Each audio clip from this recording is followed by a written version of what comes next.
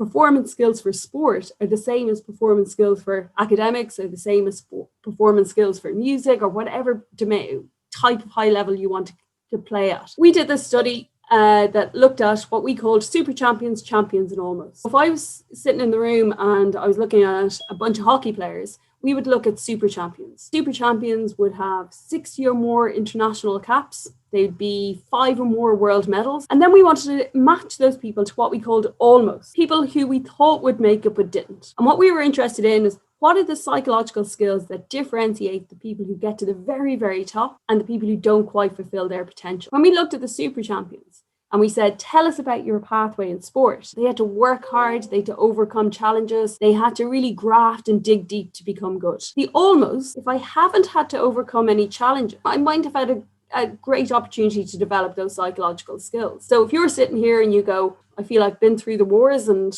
lots of stuff has happened to me, that's a great place to be as a young athlete. If you're sitting here and you go, God, that sounds a bit like me, it's been pretty good so far. It's now time to take stock and go, actually, what are the skills I need for what's going to happen next? One of the things we absolutely know is everyone is going to experience these ups and downs. The last bit here is really interesting as well. The super champs told us, I looked at those setbacks as a chance to get better. The almost, when they got dropped, when they got injured, when they didn't get selected, they had a real negative reaction. And that's another really interesting thing around psychological skills. If I'm like the almost and I just blame other people, that's never going to improve me. From this bit, 2 things I'd like you to think about when we get into this psychological skills stuff. What are the psychological skills I need to get better? And how am I going to put them into place in my environment? So you're pre-planning, you're thinking about the skills you will need. So when stuff happens, they're well bulletproofed and well rehearsed, and you'll be able to sail through it. We've come up with this list of 10 skills, and we call them PCDEs.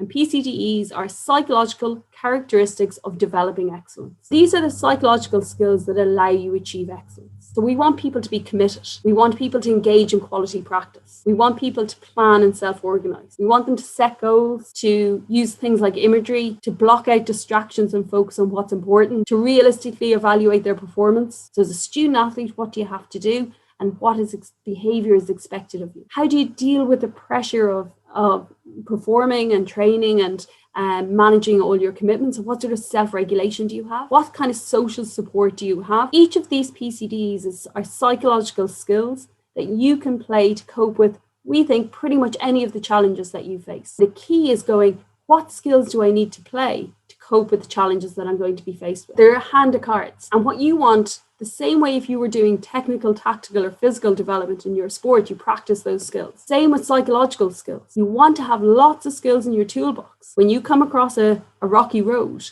that then you can play those really confidently to overcome it. If you remember my super champs, that's a super champ. Got into a professional contract, came in here, was doing pretty well, did his cruciate. This is a real life guy. He managed to bounce back from this really big challenge. Lots of opportunities to play his hand of PCDs early on. So when something really bad happened, he was well prepared for that. He's well on his way to a professional career. On the other hand, this is our almost. Played senior cup rugby, got into the Leinster Academy, played Irish schoolboys, was chucked away on loan somewhere else and a big drop in his performance. He bounced back, but never quite made it because a big challenge happened and he didn't have the skills to be able to cope with it, because he never got a chance to practice them before. What we would really like you guys to think about is, what are the things that you're likely to face in the next couple of weeks, couple of months, couple of years? What are the skills that you need to be able to cope with that? So when a big drop like this happens, you have the skills to be able to play, to get back on track and make the most of your potential. If you had to have a crystal ball and go, look, I want to be in this position next summer, what are the things that you have to think about that might challenge you to achieving your goals this summer? For most of us, there's going to be sports stuff. There's also COVID stuff. There's logistics stuff. There's loads of different challenges that are individual to you. And the first thing is to think about, what do those look like? We have to be really clear about what commitment means for you. When we look at these PCDs that you'll see down here, what I want you to think about is, what would that look like on the pitch? What would that look like in the gym? What would that look like in different contexts for you against the challenges that you're likely to face? Here's an example. I want to be really good at planning and self-organization. That's the thing I know is one of the hallmarks of excellence in any domain. These are the behaviors that lead to me being really good at planning and self-organization. I definitely want people in the room to be good at goal setting. But what are the behaviors that would help me understand whether you're good at it or not? You'd have a long-term goal. I want to get my first international cap this summer, but I also have short-term goals. I go into every training session, every study session, every lecture, every meeting with my supervisor, every meeting with my coach with an aim and objective. I record my goals, I record my progress, and I highlight strengths and weaknesses. So now I'm not saying I just want to be good at goal setting. I'm saying, look, here's the things that would make me good at goal setting. There's the skills I have. They're the things I'm going to do. And now what I also want to do is I want to rate myself. 1, God, I'm completely rubbish at this. 5, I'm absolutely outstanding at this. So I plan my week in advance. Rubbish. I start every Monday and I don't know what's ahead of me. I know who to go to support, kind of. I need to do that better. And I take responsibility for organizing my commitments. I really struggle with that. So you start to rate yourself and your behavior. You can see here again, so I'm pretty good. I have a long-term goal, but I'm not so good at the short-term stuff. So the whole idea here is that we know these are the things that make you good. Now, here's the behaviors that make you good at that. These PCDs, those 10 skills, are things we want everyone to have. You want to have your full toolkit to make sure you can cope with any challenge that's thrown at you. So what I'd encourage you to do is go back over those PCDs after this and go, okay, they're the things I want to be good at.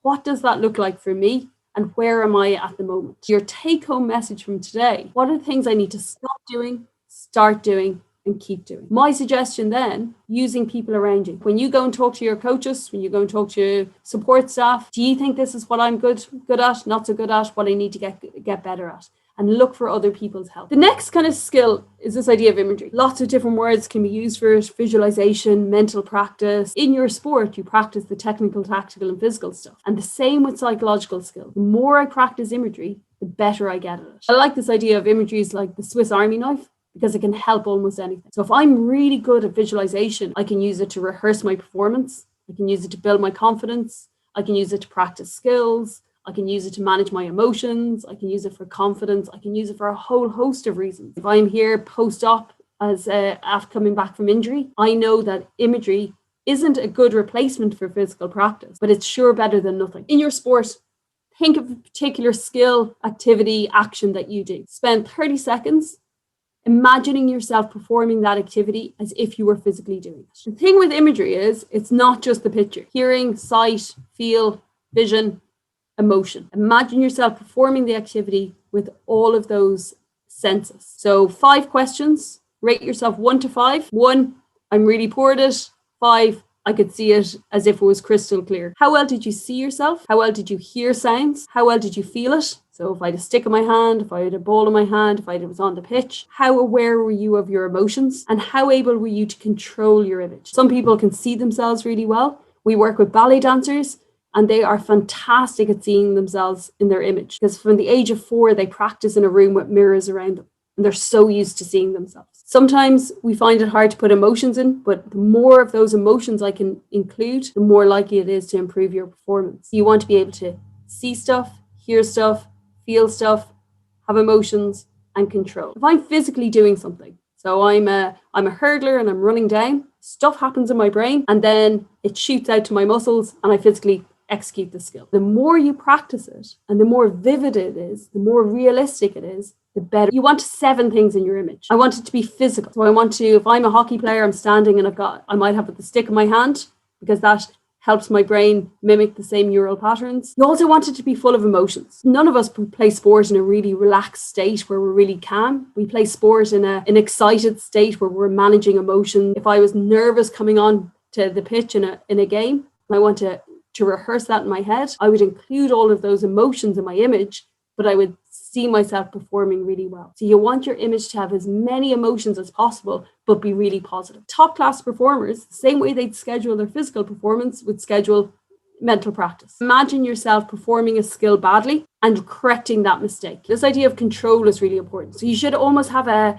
remote control in your hand. If I see myself doing something badly, I want to be able to stop, rewind, and correct that skill. If I ask you at the end of the season or at the end of a match, tell me about your performance, lots of the time we'll jump into the negatives, and lots of the time in our head we can start to see the things that might go wrong. And if I'm using imagery to prepare, I want to make sure it's positive. So if I see something going wrong, I want to learn from that, press stop, rewind, and go again and see myself doing something really, really well. So the more you practice your imagery, the more you're able to control it to get different outcomes. COVID, we can't go and play against people. We can't physically practice in the same sort of way that we always would have done. But in my head, I can control my image for every situation. I can imagine myself in the race coming from behind in the last bend and what I would do. I can imagine myself trying to keep a lead and what I would do. I can imagine myself in this weather condition or that weather condition and what I can do. So the more you're able to manipulate your image, the better prepared you're going to be. Having these mental skills to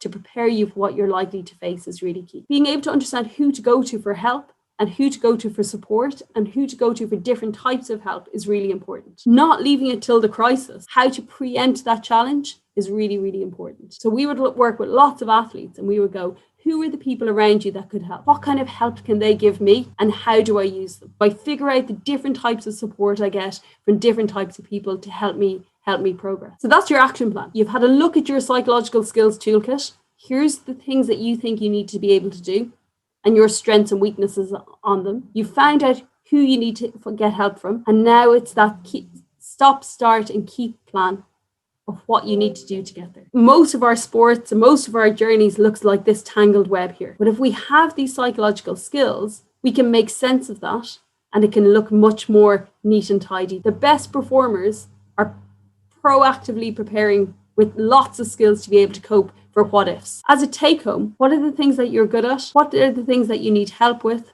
Who can you get them? And practicing those performance skills.